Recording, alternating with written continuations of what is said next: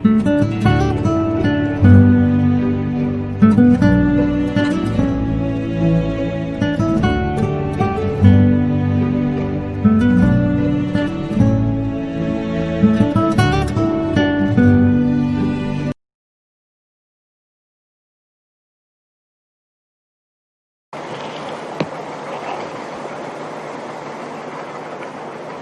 everyone. Today I am going to start with the next chapter in the corporate funding paper. That is chapter number 10. Chapter 9 हमने complete कर लिया था last class में. Chapter number 10, that is the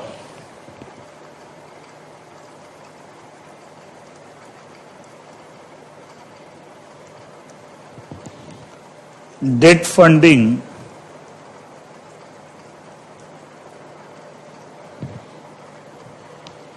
Indian non-fund based.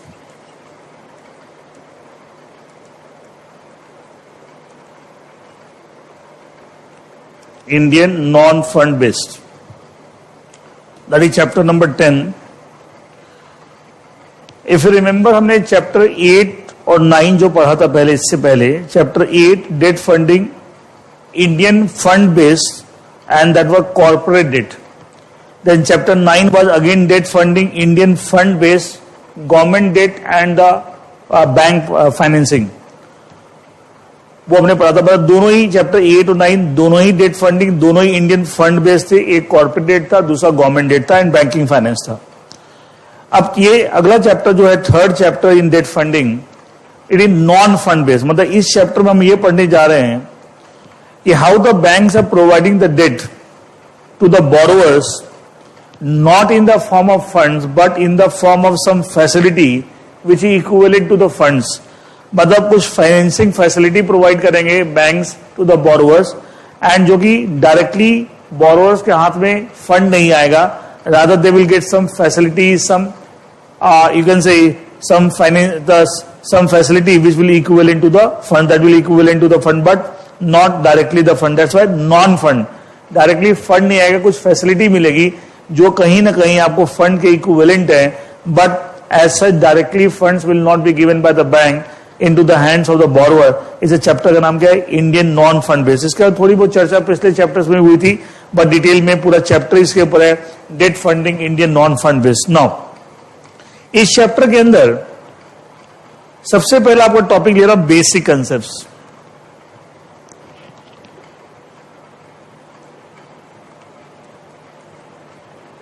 और basic concept topic के अंदर पहला sub topic है credit facility provided by banks. First sub topic under this topic credit facility provided by banks. ये topic repetition है, पिछले chapter में भी मैंने पढ़ाया था. ये जो सब टॉपिक है credit facility provided by banks, ये पिछले चैप्टर में भी था. और यहां हमने डिस्कस किया था कि as per the banking regulation act 1949 generally the banks provide the finance to the borrowers generally in the form of loans, both secured as well as unsecured, but more popular secured. Unsecured rare होते हैं.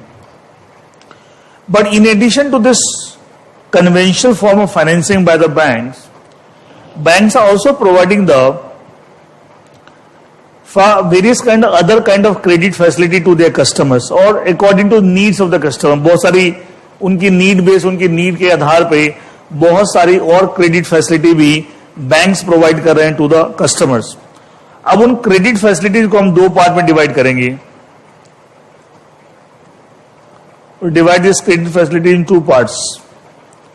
कि normally सबसे common तरीका की loan देते हैं, but इसके अलावा और बहुत तरह की क्रेडिट फैसिलिटी, इसको हम दो पार्ट्स में डिवाइड करेंगे. Fund based credit facility where they will be immediate flow of funds by the bank in the hands of the borrower.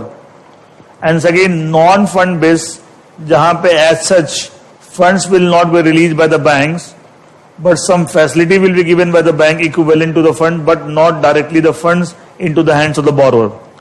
Fund based credit facility क्या क्या है जनरली बैंक्स प्रोवाइड करते हैं? कई हम पिछले चैप्टर में पढ़ चुके हैं। पिछला चैप्टर ही फंड बेस्ड था पूरा आपका, like overdraft facility, OD facility, हमने डिस्कस किया था कैश क्रेडिट फैसिलिटी, फिर हमने डिस्कस किया बिल फाइनेंस फैसिलिटी, फिर हमने पढ़ा था leasing finance facility and hire purchase facility, hire purchase finance facility. तो ये सारी चीजें हमने लास्ट चैप्टर में पढ़ा था, जो फंड बेस्ड चैप्टर था आपका, चैप्टर नंबर 9। एंड ये पूरा जो सब टॉपिक है सब credit facility provided by bank, ये रिपीटेशन है क्योंकि ओवरऑल में क्रेडिट फैसिलिटी का डिस्कशन किया था, उसमें ये वाला पोर्शन डिटेल में हमने लास्ट चैप्टर कवर किया था। नॉन फंड बेस्ड हमने वहां डिस्कस किया था इसी टॉपिक के अंदर। ये क्या क्या non, one is that is the letter of credit, जिसको हम डिटेल में इस चैप्टर में पढ़े। मैंने बताया था लास्ट चैप्टर में कि मैंने बता दिया था कौन कौन सी non fund based credit facility होती है, लेकिन we have not discuss that in detail because मैंने लास्ट चैप्टर बताया, वो डिटेल में हम अगले चैप्टर पढ़ेंगे, उसके लिए ये चैप्टर अभी जो पढ़े। दूसरा है second is stand bye letter of credit, LC LOC एक ही बात है। एंड एक आपका बैंक गारंटी फैसिलिटी। ये तीनों हम यहां पे इस चैप्टर में डिटेल में डिस्कस करेंगे about the letter of credit facility, LC facility, stand bye letter of credit facility and bank guarantee facility. These are the non-fund based credit facility provided by banks to the customers, to the borrowers. And ये पूरा chapter को क्या है, debt funding Indian non fund based. तो banks किस किस तरीके से नॉन फंड बेसिस पे क्रेडिट फैसिलिटी प्रोवाइड करती है, मैंने मेथड बता दिया। एंड यहाँ पे इनके बारे में डिटेल में चर्चा। तो ये ओवरऑल जो सब टॉपिक था क्रेडिट फैसिलिटी प्रोवाइडेड बैंक, हमने पिछले चैप्टर में पढ़ा था, इस चैप्टर में पढ़ रहे हैं। लेकिन जो क्रेडिट फैसिलिटी में जो फंड बेस्ड था, इसके बारे में डिटेल में हमने लास्ट चैप्टर पढ़ा था कि लास्ट चैप्टर फंड बेस्ड था, और नॉन फंड बेस्ड के डिटेल में के बारे में डिटेल में हम करेंट चैप्टर में पढ़ने जा रहे हैं, because this chapter pertains to the debt funding Indian non fund based, लिए यहाँ डिटेल में हम डिस्कस करेंगे। अब एक करके हम बात करेंगे, बट उससे पहले एक छोटा सा एस्पेक्ट और लेते हैं बेसिक कंसेप्ट में।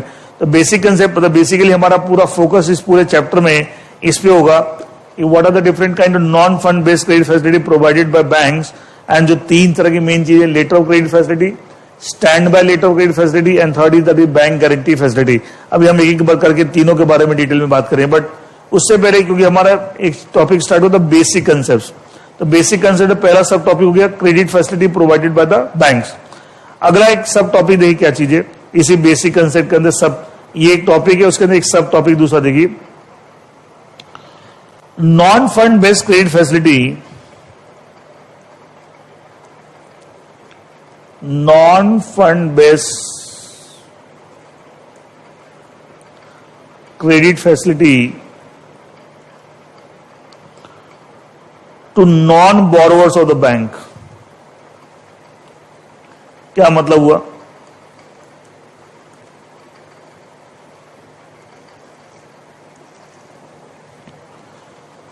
देखिए टॉपिक किस कॉन्टेक्स्ट में, लेट्स से कोई एक बैंक है, कोई ए हैज नॉट अवेल्ड, जो ए जो बंदा है, it has not availed fund based credit facility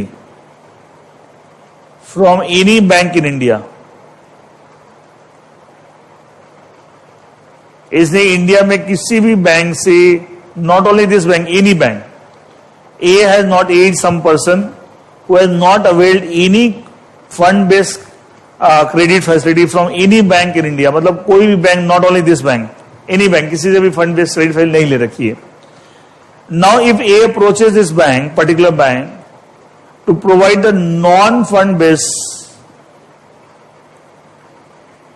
credit facility, तो ये बैंक A को दे सकता है, अगर दे सकता है तो subject to what condition, that is the topic।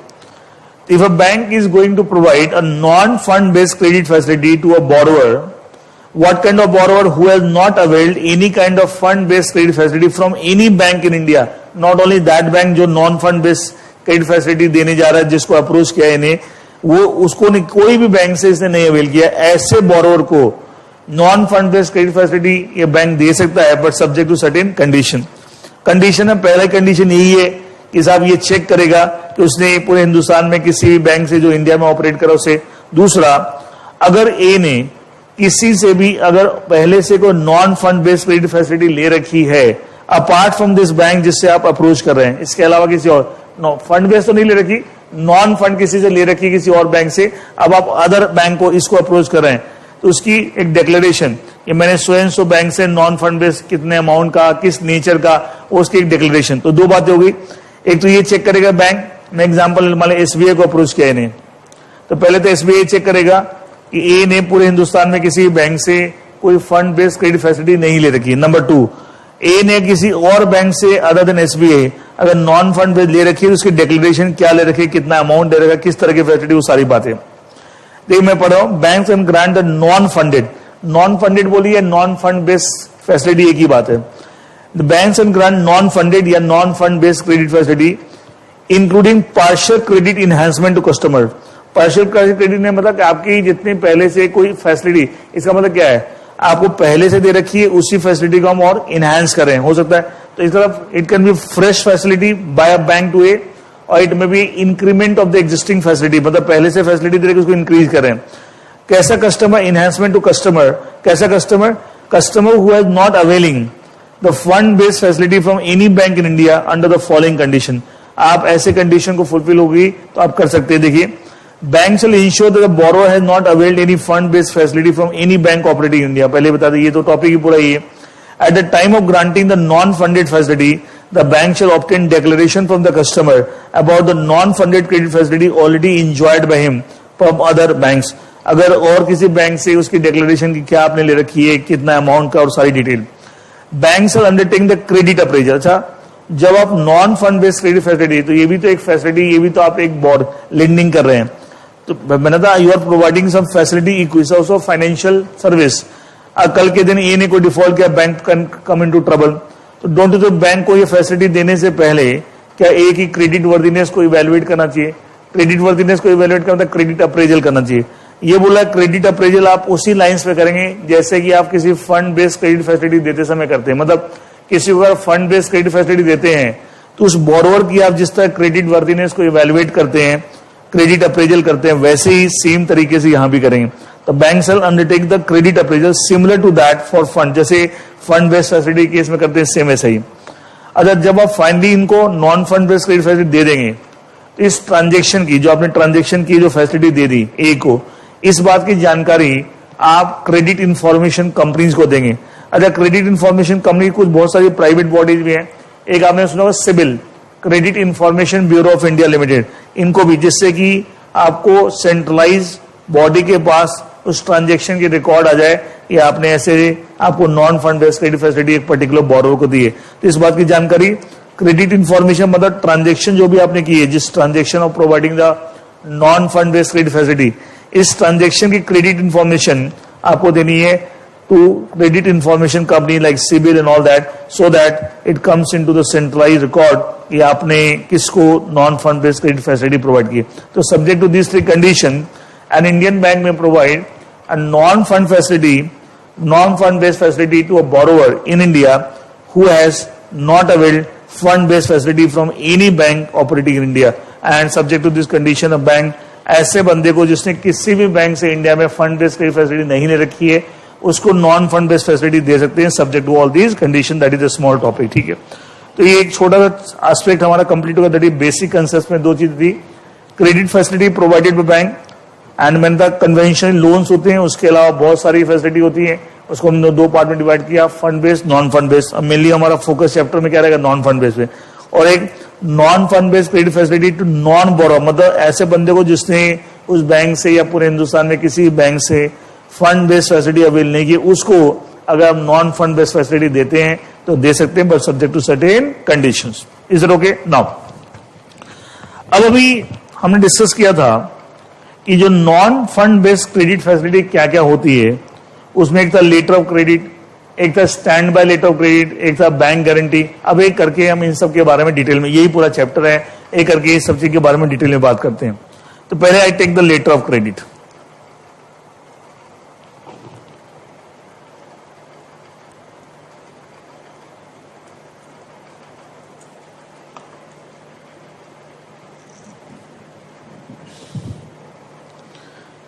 देखिए, लेटर ऑफ क्रेडिट के बारे में एक सिंपल सी एक बात हम बोलते हैं, letter of credit is a document, short बोलते LC, is a document.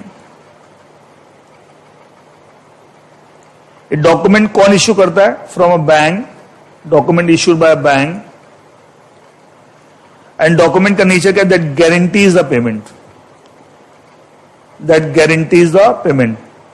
That guarantees the payment to whom, in what kind of circumstances, वो सारी बातें हम डिटेल में बात करेंगे. Basically letter of credit nothing is a document and from bank that guarantees the payment, that guarantees the payment. Letter of credit को हम actual बोलते हैं डॉक्यूमेंट्री क्रेडिट बोलते हैं. क्यों बोलते हैं मैं बताऊंगा थोड़ी देर में. It is also called a documentary credit.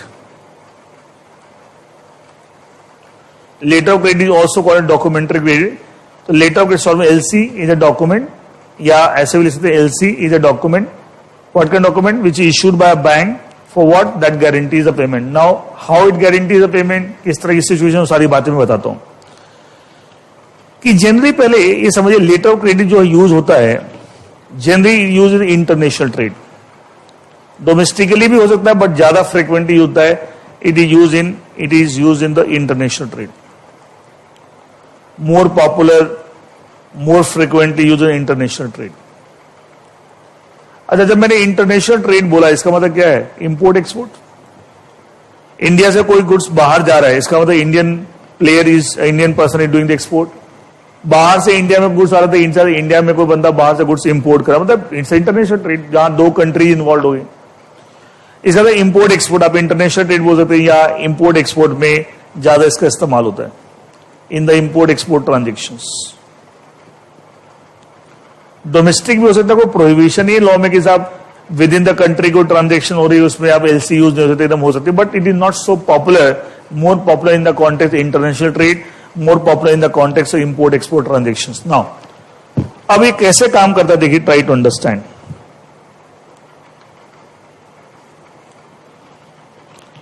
देखिए मान लिया there is some person X and there another person Y. Let's say X is in India and Y in abroad, any country other than India, किसी foreign country में. Clear? Abroad में कोई particular country example ले सकते हैं, but बाकी कोई भी country other than India. Obviously हमारे लिए अब्रॉड क्या, बाहर की कंट्री. जैसे X is importing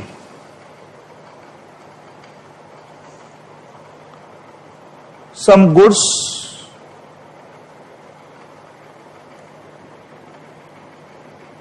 from Y. तो इस एंगल से एक्स को मैं बायर या इंपोर्टर कह सकता हूं. I can call it buyer और importer. As a result Y can be called as the seller और एक्सपोर्टर. क्या कहलाएंगे? सेलर और एक्सपोर्टर. क्लियर है? मैं पूरा एक मैकेनिज्म की how does the LC work, तो एक पूरा एग्जांपल है, उसमें मैक्सिमम चीजें उसी एग्जांपल में फिट करने की कोशिश करूंगा. फिर हम एक बार आपको एक एक करके एक चीज को पढ़ देंगे तो आपको समझ में बोले ट्रांजेक्शन होती कैसे, ये तो समझिए मैकेनिज्म क्या है. मॉडस ऑपरेंडी, क्योंकि मैकेनिज्म ही नहीं पता होता, क्या टर्म आते समझ नहीं आता क्या कह रहा है ना. अच्छा, इस तरह के ट्रांजेक्शन्स में एक दिक्कत क्या आती है, एक पहले हम देखते हैं एक हर्डल क्या आता है, एक प्रॉब्लम क्या आती है. जैसे एक्स है, इंपोर्टर है, उसको एक डर होता है, कहीं ना कहीं ट्रस्ट डेफिसिट होता है, ट्रस्ट की कमी होती है between the buyer and the seller. कैसे? अच्छा, आपको लगता है इंटरनेशनल ट्रेड में जो इंपोर्ट एक्सपोर्ट के ट्रांजेक्शन है उसमें क्या पार्टी सेलर बायर एक दूसरे को पर्सनली जानते हैं? नो. बीच में इतने एजेंट्स इन्वॉल्व होते हैं जो आपको अरेंज कराते हैं, पार्टीज को आपस में मिलवाते हैं, तो पता ही नहीं था, लोग मिलते ही नहीं, शक्ल ही नहीं जानते. सारी बातें फोन पे, मेल पे एंड डॉक्यूमेंट्स के थ्रू हो रही है, मतलब एज सच पर्सनली डोंट. तो कहीं ना कहीं ट्रस्ट एलिमेंट कहीं ना कहीं कम होता है, पता नहीं कौन है क्या है. तो उस कारण से जैसे अब मान लिया सेलर जो है वाई, जो हमारे एग्जांपल में सेलर एक्सपोर्टर है, वो एक्स को बोले कि आप ऐसा कीजिए, जो गुड्स इंपोर्ट करने का आपने ऑर्डर प्लेस किया, आप हमें पेमेंट कर दीजिए, हम गुड्स भेज देते हैं. तो बायर को हमेशा एक डर रहेगा, साहब पेमेंट मैंने कर दी, कल के दिन गुड्स आए ही नहीं, अब कौन है क्या है पता नहीं, ठीक है, आप उसके अगेंस्ट लीगल एक्शन ले सकते हैं, बोलते ना दैट इज क्योर, प्रिवेंशन, बोलते ना prevention is better than cure.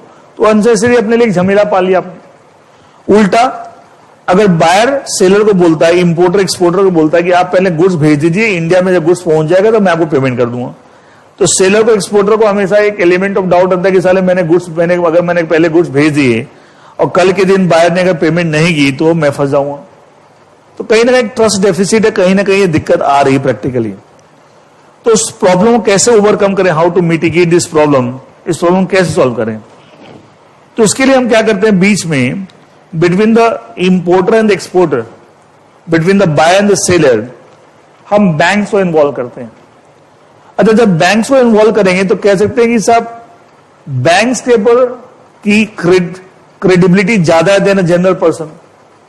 एक बैंक अगर बोलता है कि साहब मैं पेमेंट की जिम्मेदारी लेता हूं, तो डोंट यू थिंक साहब, जैसे जो सेलर है उसको एक कॉन्फिडेंस आ जाए कि हाँ भाई बीच में बैंक इन्वॉल्व है, बैंक जिम्मेदारी ले रहा है, बैंक पेमेंट करेगा।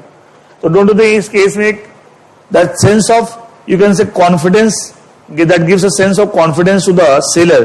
तो उस एंगल से बीच में बैंक को इन्वॉल्व, अब कैसे बैंक को इन्वॉल्व किया था मैं बताता हूं, देखिए how we really involve the banks.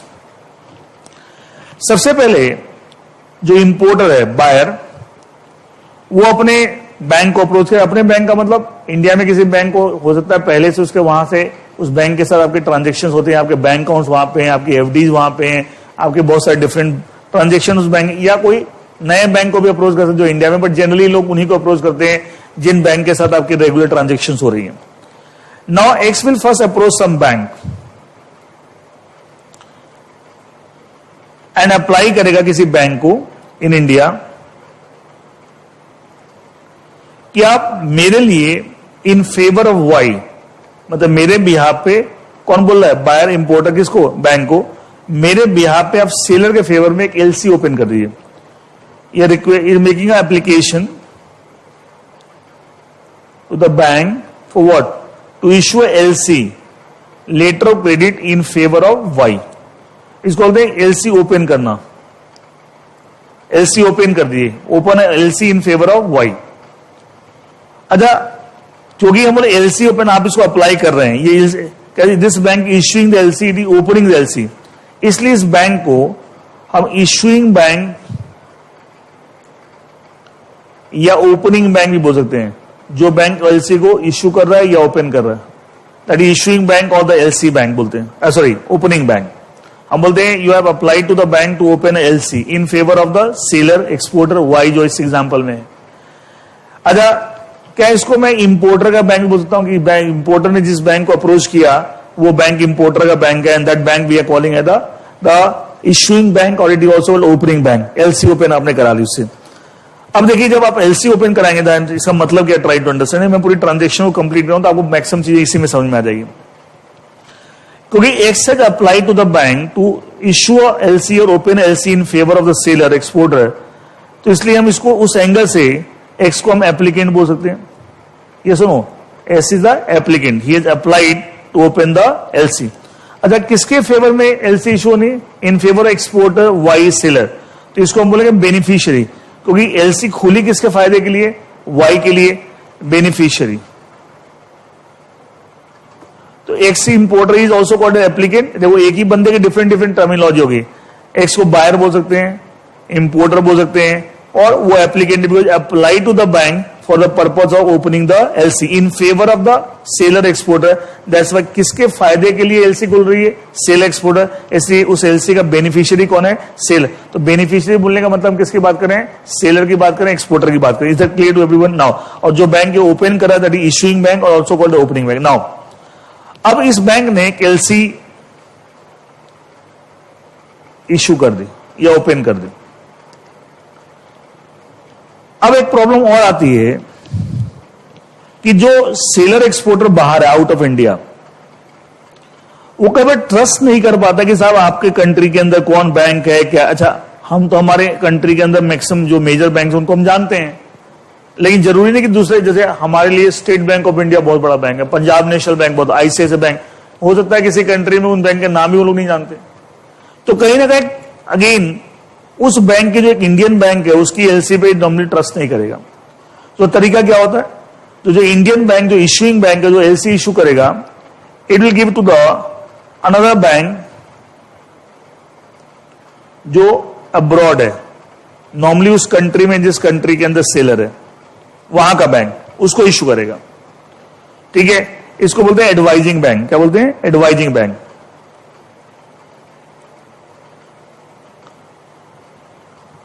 ये एक रेपुटेड बैंक होगा उस कंट्री का जिस कंट्री के अंदर आपको एक्सपोर्टर बैठा हुआ है। और वो एलसी जब इस बैंक तो अच्छा, एक आम आदमी वाई इंडियन बैंक को नहीं जानता होगा, बट दूसरे कंट्री का बैंक तो इंडियन बैंक को जानता होगा, वो तो इंटरनेशनल लेवल चेक भी करा सकता है। तो वो एक इंडियन बैंक जो कि इशूइंग बैंक है वो एलसी इशू करेगा टू द फॉरेन बैंक, तो उस कंट्री का बैंक जो जिस कंट्री में सेलर एक्सपोर्टर है वो एलसी चेक कर लेगी, हाँ एलसी जेन्युइन है। मतलब बेसिकली जो एडवाइजिंग बैंक है उसका मेन रोल क्या है? To check the authenticity of the LC. What is the role of the advising bank? Role of the advising bank क्या है? To check the authenticity of LC. मतलब LC genuine है, जिस bank ने issue किया वो सही में जेन्युइन बैंक है, something like that.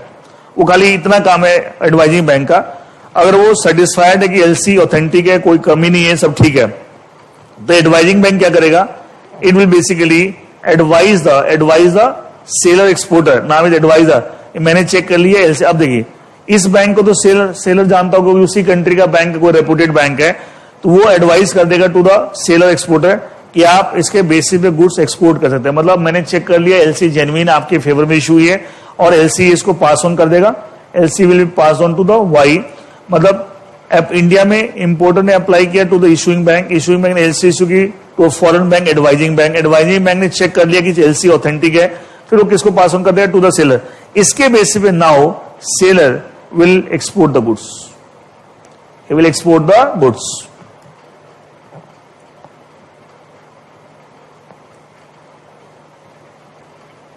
Clear? He will export the goods. उसको एक ट्रस्ट हो गया ना कि साहब मेरे फेवर में एलसी इशू हो गई है, लेटर। इसका मतलब क्या है कि पेमेंट अब बैंक करेगा। कौन करेगा? इशूइंग बैंक करेगा। मुझे पेमेंट आपको मिलेगी।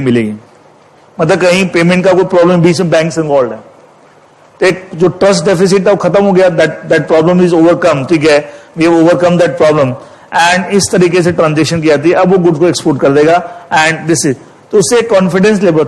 अच्छा, कह सकते हैं यहाँ पे जो इशूइंग बैंक है एक तरह से कैसे वो इंपोर्टर का बैंक है, इंपोर्टर उस पर डिपेंड कर रहा है। और जो एडवाइजिंग बैंक एक तरह से देखा जाए एक्सपोर्टर का बैंक है। एडवाइजिंग बैंक एक तरह से एक्सपोर्टर का बैंक। अच्छा, एक चीज और ध्यान रखिएगा, ये जो एडवाइजिंग बैंक है ये एक बैंक भी हो सकता है किसी फॉरेन कंट्री का, और इंडियन बैंक की कोई ब्रांच भी हो सकती है। अच्छा, इस तरह के ट्रांजेक्शन्स में, एलसी ट्रांजेक्शन में, अगर एक ही कंट्री एक ही बैंक की कोई ब्रांच उसको सेपरेट बैंक की तरह ट्रीट करते हैं। मतलब क्या है? अगर ये advising bank, if it happens to be branch of the issuing bank, जो इशूइंग बैंक है उसकी ब्रांच मान लिया अब्रॉड में हो सकता है। जैसे मान लिया ये इशूइंग बैंक एसबीआई है, और मान लिया जो अब्रॉड है यूके ले लेते हैं, मान लिया यूके में वाइज इन लंदन में मान लिया एसबीआई की कोई ब्रांच है वहां पे, और डेफिनेटली होगी, एसबीआई बहुत बड़ा बैंक है। तो एसबीआई की जो ब्रांच को भी हम चाहें तो एडवाइजिंग बैंक बना सकते हैं, क्योंकि वो अल्टीमेटली लंदन में सिचुएटेड है, उस कंट्री में, यूके में सिचुएटेड। बंदा ट्रस्ट करेगा कि साहब यहाँ हमारे कंट्री में सिचुएटेड है, और ये तो उस केस में उस ब्रांच को भी हम एक सेपरेट बैंक की तरह मानेंगे। जैसे एडवाइस, वो इशूइंग बैंक हो गया जो इंडिया में है, और उसकी जो ब्रांच इंडिया में वो क्या है? That is advice. बट जरूरी नहीं कि सेम बैंक की ब्रांच हो, it can B separate bank, it can B branch of the Indian bank. दोनों पॉसिबिलिटी है, दोनों पॉसिबिलिटी। लेकिन आप कह सकते हैं जिसके ऊपर सेलर एक्सपोर्टर ट्रस्ट कर रहा है, दैट बैंक इज एडवाइस, वो एडवाइस कर रहा है after checking the authenticity of the LC. वो सेलर को एडवाइस कर रहा है कि सब कुछ ठीक है, एलसी आपके फेवर में इशू रखी, सही एलसी, ऑथेंटिक है, जेन्युइन है, and now you can export the goods. तो that gives the confidence to seller exporter कि साहब मैं कहीं फंसुआ नहीं, एंड मेरा पैसा सेफ है, and I will be getting the payment, I will getting the payment. That's idea. इस कारण से बीच में तो इंडिया की तरफ से जो इंपोर्टर है उसकी तरफ से आपका इशूइंग बैंक है, एक्सपोर्टर की तरफ से एडवाइजिंग बैंक है। एडवाइजिंग बैंक कोई फॉरेन बैंक भी हो सकता है, और it can also be branch of Indian bank. उस ब्रांच को हम we are treating it like a separate bank, we are treating इस तरह के इंटरनेशनल ट्रांजेक्शन सेपरेट बैंक की तरह ट्रीट करते हैं। इधर ओके, अभी बात खत्म नहीं हुई। देखिए अब आगे देखिए, जब सेलर एक्सपोर्टर गुड्स को एक्सपोर्ट कर देगा, क्या कर देगा? एक्सपोर्ट कर देगा। तो क्या एक तो उसने गुड्स जो भेजे उसका इनवाइस होगा, कॉमर्शियल इनवाइस होगा। एक और चीज देखिए, मान लीजिए अपने गुड्स एक्सपोर्ट किए, यहां मैं दोबारा से बनाया था चार्ट, ठीक है, चलिए यहां लिख लें, नीचे ले लेते हैं, ठीक है। एक्स एंड वाई पे मैं लिख देता हूं यहां पे, एक्स एंड वाई। ये क्या था, सेलर और exporter, and X was the buyer और इंपोर्टर।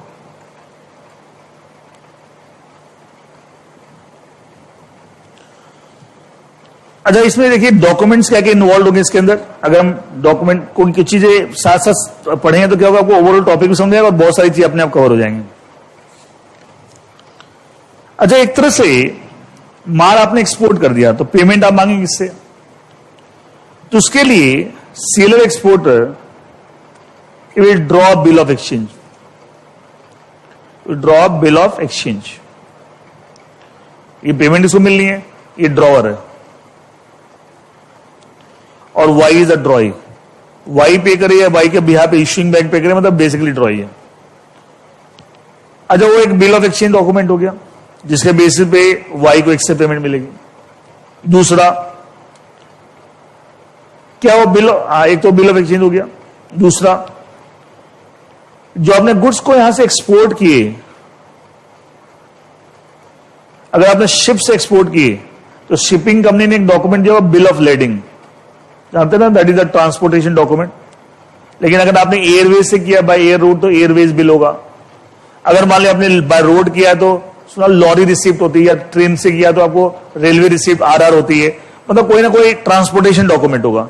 बिल ऑफ, मैं मोस्ट कॉमनली जो यूज होता है, लोग शिपिंग इंटरनेशनल ट्रेड में इंपोर्ट एक लोग शिप से भेजते हैं, एंड उसके लिए शिपिंग कंपनी एक document as an evidence, bill of lading की मल्टीपल कॉपी बनती है। एक तो सेलर को मिलेगी, एक शिप पे साथ में जाएगी, एक बायर को बाय कुरियर भेजी जाती है, मतलब दैट बेसिकली एविडेंस की इसके थ्रू इस पर्टिकुलर शिपिंग कंपनी के जो गुड्स एक कंट्री से आपको दूसरे कंट्री में जा रहा है, ठीक है, वो पूरी डिटेल होती है कि कहां पे हैंड ओवर किया था गुड्स, कहां पे डेस्टिनेशन पोर्ट है, वो सब डिटेल उसके बेसिस पे गुड्स मूव करेंगे ना।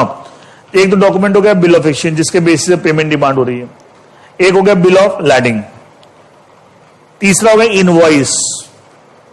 क्या हो गया, इनवॉइस। क्या सेलर एक इनवॉइस रेज करेगा, साहब मैंने इतने गुड्स आपको भेजे हैं, इसकी इतनी पेमेंट आपको करनी है, that is a commercial invoice. एक आपका क्या, जो गुड्स बाहर से इंडिया में आएंगे, क्या इंश्योर्ड आएंगे अनइंश्योर्ड, इंश्योर्ड हो गए तो इंश्योरेंस पॉलिसी और इंश्योरेंस सर्टिफिकेट, वो तो 4-5 डॉक्यूमेंट हो गए आपको। ये पूरा एक सेट ऑफ डॉक्यूमेंट हो गया। एक तो उसने जो इनवॉइस रेज किया सेलर ने against the buyer, on the buyer. एक आपने बिल ऑफ एक्सचेंज ड्रॉ किया जिससे आप पेमेंट डिमांड कर रहे हैं। एक आपने बिल ऑफ लेडिंग जो शिपिंग कंपनी आपको देगी जब गुड्स को एक्सपोर्ट करेंगे। एंड चौथा आपका दैट इंश्योरेंस का, तो इंश्योरेंस सर्टिफिकेट। ये सारे डॉक्यूमेंट जब तैयार हो जाएंगे तो सेलर क्या करेगा, गुड्स और ये सारे तैयार ही है बेसिकली, तब आपने गुड्स को एक्सपोर्ट कर दिया। ये सब documents involve in the process of the LC. तो सेलर एक्सपोर्टर क्या करेगा, मैं दोबारा से एक डायग्राम बनाता हूं।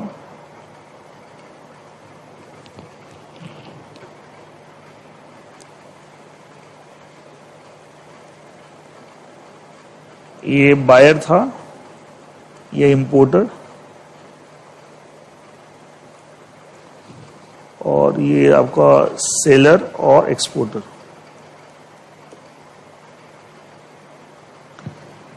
बीच में हमारा एक आपका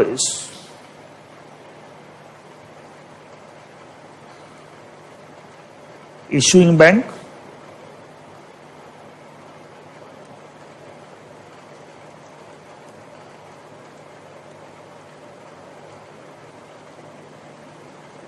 इस एंगल से ये एप्लीकेंट है और ये बेनिफिशियरी। बताया था मैंने अभी आपको, वाई द बेनिफिशियरी। इसने एलसी इशू की, किसको दी, to the advising bank.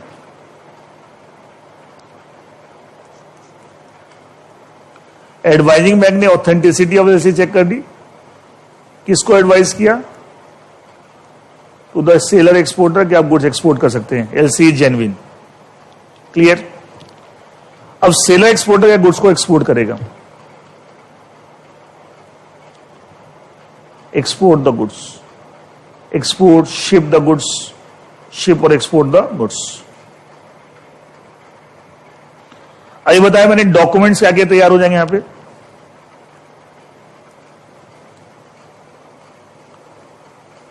Documents, bill of exchange, ये बताया था मैंने आपको, देन इनवॉइस जो बिल रेज किया आपने, देन बिल ऑफ लेडिंग और शिपिंग किया है, अगर बाय एयर रूट भेजा तो एयरवेज बिल, रोड से भेजा तो रोड लॉरी की रिसीट, या आपको कई जाते हैं अगल बगल कंट्री होते हैं जिनकी बॉर्डर टच करती है, बहुत डिस्टेंस बनी है, बाय रोड भी भेज देते हैं, ठीक है, और रेलवे से भेजा तो रेलवे रिसीट, एंड बताया था आपको इंश्योरेंस पॉलिसी या इंश्योरेंस सर्टिफिकेट, ये सारे डॉक्यूमेंट्स हैं। अब ये सारे डॉक्यूमेंट्स के साथ जो एडवाइजिंग बैंक का सिर्फ इसका रोल ये है कि साहब सेलर को एडवाइज करता है कि साहब ये आपको एलसी जेन्युइन है, दैट्स ऑल। इससे उसके basis seller will export the goods और ship the goods. Now seller after exporting the goods, ये सारे डॉक्यूमेंट्स के साथ it will approach another bank, एक बैंक और इन्वॉल्व होता है, and that is called negotiating bank.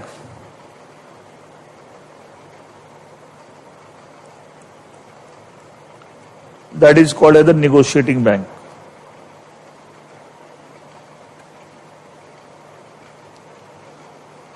Negotiating bank, या कई बार उसको हम नॉमिनेटेड बैंक भी बोलते हैं।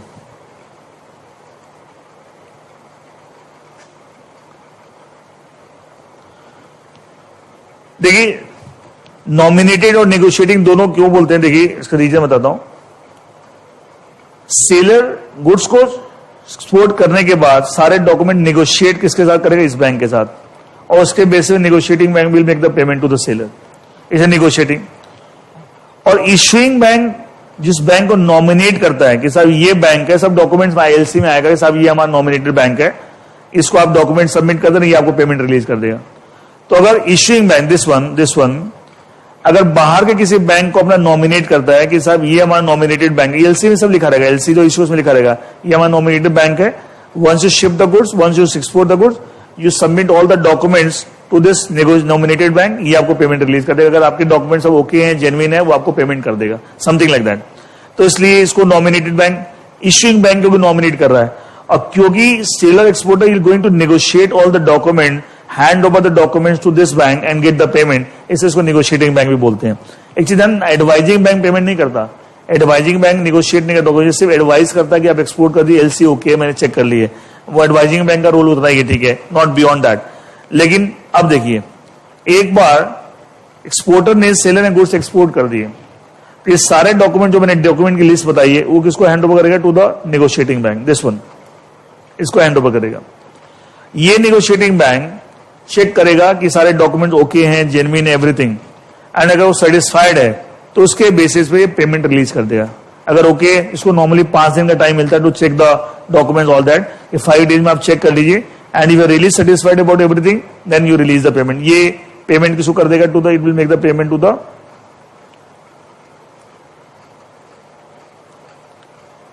टू द सेलर और एक्सपोर्टर। लेकिन अभी बताऊंगा डिफरेंट टाइप्स ऑफ एलसी, उसमें थोड़ा थोड़ा फर्क आ जाएगा। देखिए आपको पेमेंट करेगा टू द सेलर और द एक्सपोर्टर।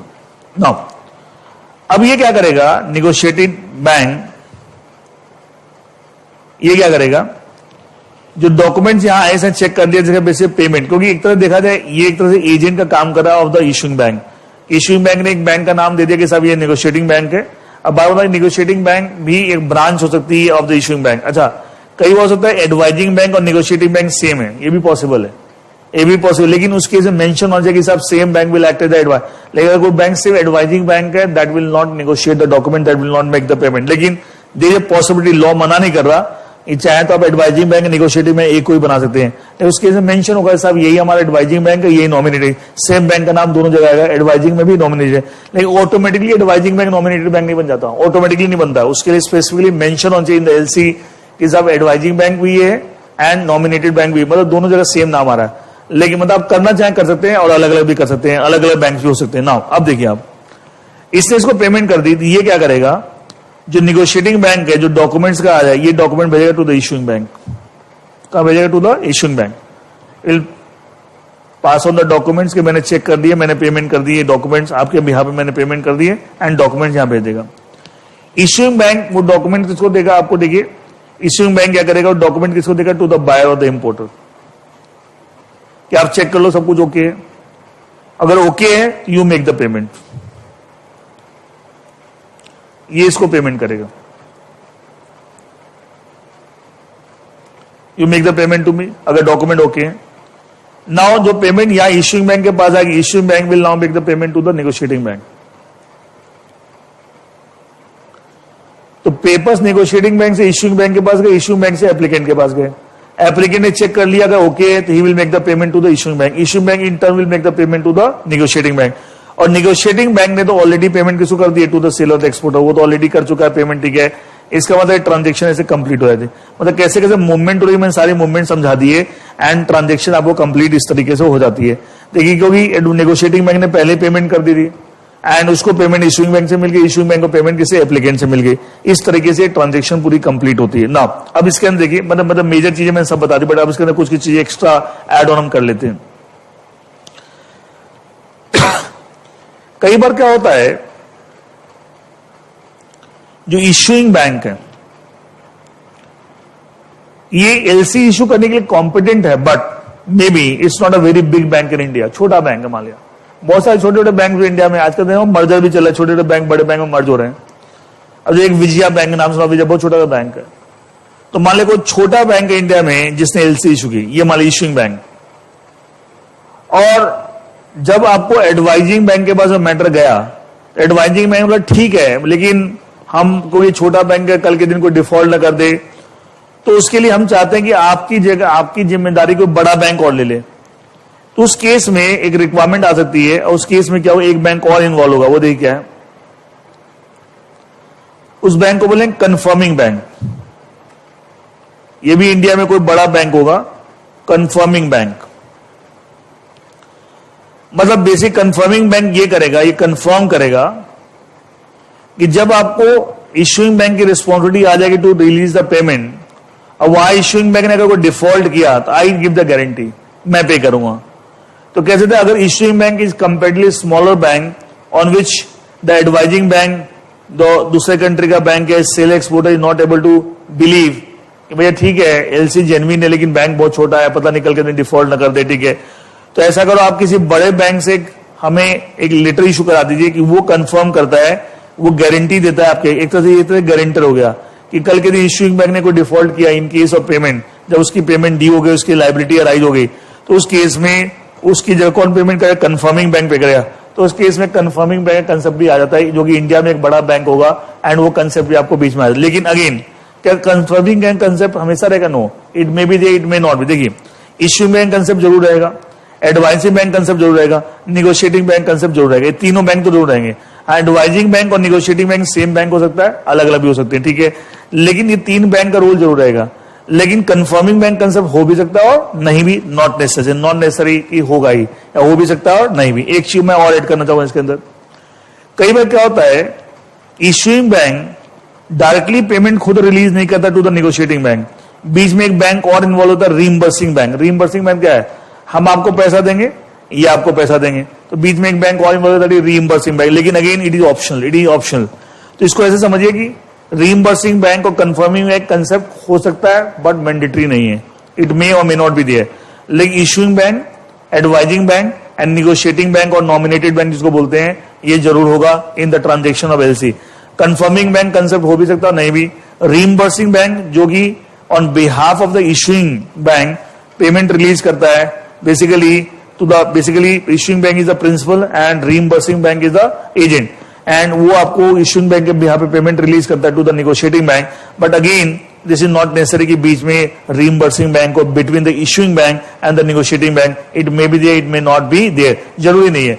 इसका मतलब अगर हम ओवरऑल पार्टीज की बात करें कि क्या क्या एलसी ट्रांजेक्शन में क्या क्या पार्टी इन्वॉल्व है, क्या एक एप्लीकेंट इन्वॉल्व है, दैट इंपोर्टर बायर, क्या बेनिफिशियरी इन्वॉल्व है, क्या इश्यूइंग बैंक इन्वॉल्व है, क्या एडवाइजर, सबके रोल मैंने बता दिया कैसे कैसे कनेक्टेड है। क्या एडवाइजिंग बैंक इन्वॉल्व है, क्या नेगोशिएटिंग बैंक ऑल्सो नॉमिनेट, ये भी बैंक इन्वॉल्व है, ये तो 5 मैंडेटरी है। क्या कंफर्मिंग बैंक कंसेप्ट हो सकता है, not necessary, we will act as guarantor for the issuing bank in case issuing bank makes a default, I will. Normally इसकी जरूरत तो पड़ती है जब issuing bank is a comparative smaller bank, जिसपे कि बाहर की सेलर एक्सपोर्टर या उसका एडवाइजिंग बैंक ट्रस्ट नहीं कर पा रहा है, तो उस केस में एक बैंक और इन्वॉल्व किया था। और between the issuing bank and the negotiating bank they can be one more bank called reimbursing bank. They can be, जरूरी नहीं है, जिसको पेमेंट एक्चुअली इश्यूइंग बैंक के बिहाफ पे रीइंबर्सिंग बैंक किसको करेगा, टू द नेगोशिएटिंग बैंक, और recover किसे करेगा from the acting as agent on behalf of the issuing bank. Issuing bank is the principal. ये ट्रांजेक्शन पूरी इस तरीके से होती है। अब सारे बैंकों का क्या रोल है मैंने आपको समझाया। अच्छा, इसके अंदर मैं एक दो चीज और बताना चाहूंगा, देखो क्या। मान लिया इस पूरे ट्रांजेक्शन में जैसे एक्स ने पहले बैंक को, इश्यूइंग बैंक को अप्रोच किया, एलसी इश्यू हो गई, ओपन हो गई, इश्यू करना या एलसी ओपन करना, एडवाइजिंग बैंक के पास गए, एडवाइजिंग बैंक ने ओके कर दिया, सेलर ने गुड्स एक्सपोर्ट कर दिए नाउ, और सारे डॉक्यूमेंट्स को नेगोशिएट कर लिया with the negotiating bank, payment हो गई। अब डॉक्यूमेंट आई इश्यूइंग बैंक का, इश्यूइंग बैंक ने भेज दिया टू द एप्लीकेंट। अच्छा, इस स्टेज पे डॉक्यूमेंट में कोई कमी नहीं, सब कुछ सही है, फिर भी एप्लीकेंट पेमेंट रिलीज करने में दिक्कत कर रहा है, परेशानी कर रहा है, तो डोंट यू थिंक कुछ ना कुछ आपके इश्यूइंग बैंक के पास सिक्योरिटी होनी चाहिए। अच्छा, एक्स अगर पे ना करे, let's say applicant makes a default in paying this one, यहां पे दिक्कत कर रहा है टू द इश्यूइंग बैंक, उससे कोई मतलब नहीं, इश्यूइंग बैंक को तो एलसी ऑनर करनी है कि एलसी एक्स की नहीं थी, एलसी इश्यूइंग बैंक की थी। आपने अपनी क्रेडिट वर्दीनेस के बेस पे लेटर ऑफ क्रेडिट इशू किया था, तो आपको तो ऑनर करना पड़ेगा। अब देखा जाए एक्स अगर कैलकुलेट दिन पेमेंट करने में डिफॉल्ट कर देता है, तो देखा इश्यूइंग बैंक को तो एलसी ऑनर करना है, वो directly to the negotiating bank या through the reimbursing bank payment करेगा टू द नेगोशिएटिंग बैंक, और नेगोशिएटिंग बैंक ने ऑलरेडी पेमेंट किसको कर दी, सेलर एक्सपोर्टर, तो देखा इसका तो रिस्क इन्वॉल्व है। तो इसलिए उस पॉइंट ऑफ व्यू से इश्यूइंग बैंक क्या करते हैं, ऐसे नहीं करते सब ट्रांजेक्शन अभी मैं सब। तो जो एप्लीकेंट है, या तो एप्लीकेंट की कोई एफडी बैंक के पास पड़ी है, या बैंकों के अंदर जो बैलेंस पड़ा हुआ है, उसका एक्स के बहुत सारे बैंक अकाउंट इश्यूइंग बैंक के पास है, ना इसका पहले से बैंक आपके रिलेशन चल रहा है with the issuing bank, and bank account के अंदर जो बैलेंस पड़ा हुआ है उसको वो होल्ड कर लेते हैं, ब्लॉक कर लेते हैं, पैसा आप यूज नहीं कर सकते।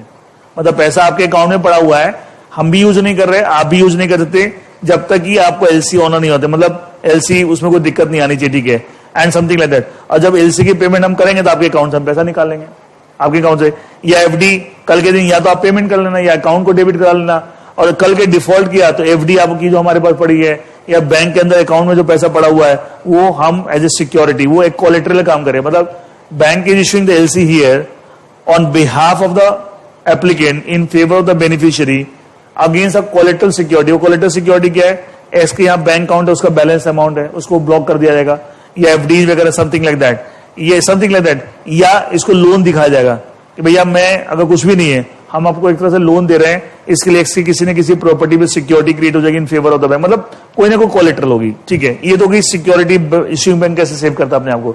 एक और बात, अच्छा, एक्स को डायरेक्टली वाई से ट्रांजेक्शन करने में दिक्कत आ रही थी, तो उसके लिए एक्स ने बीच में बैंकों को इन्वॉल्व किया एक तरह से, तो कैसे थे बैंक्स आपको ये करने में, काम करने में, ट्रांजेक्शन करने में मदद कर रहे हैं, और आपको एक सेफ्टी प्रोवाइड कर रहे हैं जो कि आपको अदरवाइज दिक्कत थी, तो क्या फ्री में थोड़ी मिलेगा, it's a kind of financial service.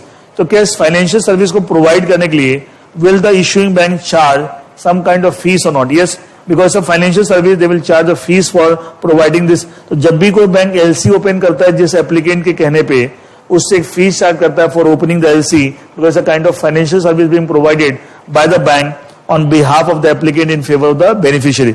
हाँ, डिफॉल्ट कल के दिन हुआ, लास्ट में पेमेंट करने में बताना, अगर एप्लीकेंट ने बैंक को पे नहीं किया, बैंक तो आगे पे करेगा, उसके लिए सिक्योरिटी को पहले कोलेटरल लेके रखते हैं, या तो एफडी है या किसी प्रॉपर्टी के ऊपर, या बैंक के अकाउंट में बैलेंस है, समथिंग लाइक दैट, एंड वो कोलेटरल लेके रखते हैं। वो तो इन केस वो डिफॉल्ट किया एप्लीकेंट ने पेमेंट करने में टू द इश्यूइंग बैंक, और अदरवाइज डिफॉल्ट हो ना हो, but issuing bank will definitely charge a fees for providing this kind of financial service in the form of opening or issuing the letter of credit. And this is, तो मैंने मोटी मोटी पूरी transaction समझा दी, किस तरह की पूरी ट्रांजेक्शन होती है, इसमें क्या क्या लोग इन्वॉल्व होते हैं, वो सारी बातें मैंने आपको समझा दी।